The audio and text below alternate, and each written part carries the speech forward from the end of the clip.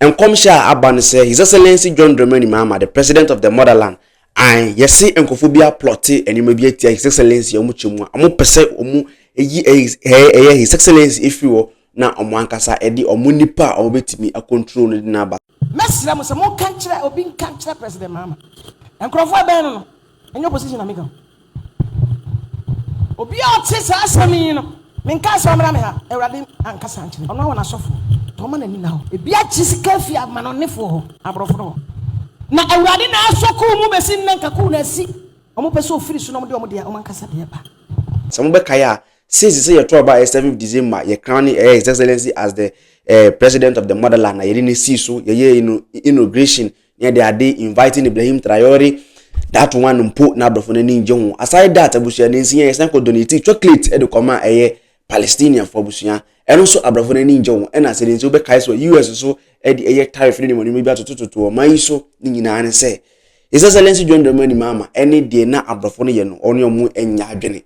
na Mama Alice ono no da Anointed Flames Chapel what the celebrate to said there be attacks are by His Excellency so no enye spiritually thing physical thing sadia ya see ya no enya duro na yi president Mahama film ono akasa pa onim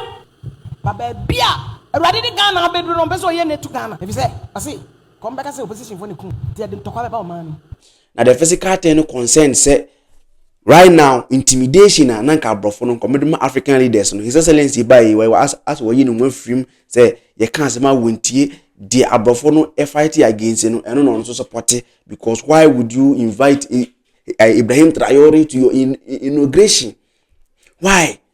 Eno any man maybe John Dramani Mahama wetima ye no issue say the abrofo no ye no nani nje ho we enam so ma plot several coup several medra cases are person to His Excellency so na omode obi ometimi den intimidate no because his government no even his own party members and they cannot steal from the present government you me because say the bibia ni clear say obo man we japade ni ntino obo man na ka say obo japade wo ba ni ntino ne nkrofo na bia kwaji afi amanonefo no wo mo apeso mo wia gold wo Ghana wo mo apeso mo wia diamond wo Ghana wo apeso mo wia bauxite no sankrofo mi wo na team up no mo nya ni ntino wo mo makoye ba ko enya position na meka ya ti good board ntino omo a nkometi ma wi good je koto ba bi no you cannot because this is everyone is monitoring the government enti enam so abrofo no aploti within on one own party no trying to pull him down and bring someone obetimi akanse manati na yenkobo Mama Alice ne video ne ba ye kanse ne bi ato aso na wache wadwen comment section ase mesra mo se mo kan kire obi kan kire president Mahama enkrofo ben no enyo position amika obi a oti sa asami no menka so mra me ha ewrade ankasa nkire ono wona sofo to ma nani na ho ebi a chisika fi amanonefo ho abrofo no na awrade na asoko mu besi nanka ku na si omo pese ofiri so no mo de omo ankasa de ba sadia ya see ya no enya duro na yi president Mahama film ono ankasa pa onim baba bia awrade ni Ghana abeduro no pese oye netu Ghana if say asi come back say opposition for ne kun tie dem tokwa ba o man nti by whisper enko o ti afi o man nti mi perfect e kawrade adwo ho ani na me sa o sheba no anko ne no kore sai so awrade de fa so fo bi so aminim ene so wan kan kire so no ana amana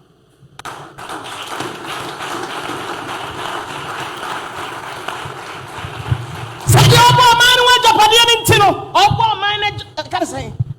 obo japade wo ba ni ntino ne nkrofo na bia kwaji afi amanonefo no wo mo apeso mo wia gold wo Ghana wo mo apeso mo wia diamond wo Ghana wo apeso mo wia bauxite no sankrofo mi wo na team up no mo nya ni ntino wo mo makoye ba ko enya position na meka no aso no beti ase it inside and out o ma plot na to ba sa gurade ti ase enye twa amen we yesrimo na declare say me can declare say o be biara wa pasa pano e gurade fa ko ni fi o ene na se fo so e we yesrimo e gurade sa ta so pa ka yo man Ghana enye ye tene enye ye papa bi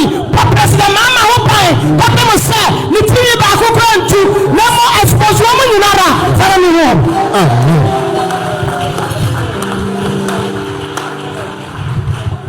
mo bin kan se program na mini ma sha nkom dadara 2018 and can say 2021 ti menka safe na be shenkom yesu din ma hyesan kom ne dada but I said I'm trying to see here nti me hunkrofo bi me bufu ya wan suro ni pa ho nti na me se mo pa ni enya be yi na me ka nyame de obetare say no kan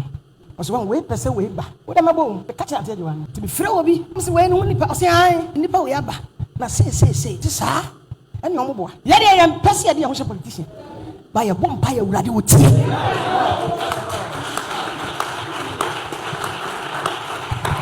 nti group no nye Ghana nko outside any Ghana no mo bo no posa Ghana gold no sa o ma ye mfa de a ene ma ye nyusu we no because school no ma dwe ho mo ti ase de cool no nsiria nti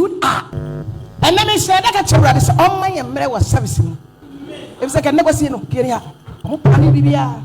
o mo plan no nyame anka ngire no e after so kai se ma share come say o you no better man penifo na o kai se 31st night no o san me ma share come say a man penifo be wu o kai me say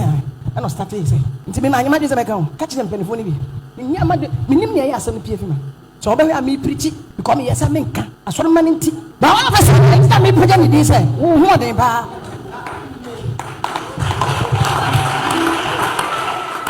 hallelujah ay ma hasam be ka asem no tadi ante de wan na mbo ma ne na ka me ye audio ama no am se ma me pe se ra me ne be hia ti me ka kire mo ba ti no ma ka chante no ebe do poni ni akọ ina ne mo ho no mai o mo be ka adofo no there is a spiritual battle any size of a church and the power of God any size of a pastor and I said nima obi pe nimu fe no your friend not de no baby your friend no ye na dwuma hallelujah niama bebere koso this time betrayal obi found so obi discount Mama Alice ni kutie no ono na oda anointed chapel, anointed flames chapel ano and odin se moto just there be His Excellency should be very careful ono there we any threat na the way she address the issue no makes it a cool way just say we address the whole thing no in a way it is listenable eto asomu enye se bia o ka just na brana da bi in a polite way owie no his own chapel, they are going to pray that anything that they brought about the government, because the man is a good man, the man is working. And then it is because they say, they want to bring someone, they can intimidate, they can easily convince what I say, because it's here, His Excellency, one gullible, he must have one gullible cry. And your ma wo ye no as a rofo ni njo ho that day we and some Mama Alice edible to bia na Mama Alice no that anointed flames chapel no high karma studios I go by the name Security Superstar. If this is your first time, click on the bell to subscribe on our platform on YouTube now if you follow or by via social media Self Abdul and Karma Entertainment Zone. After you bit my follow you on TikTok and have you Karma Studios and I Security Superstar. I go by the name Security Superstar. Thanks for joining us today. I'm finally out.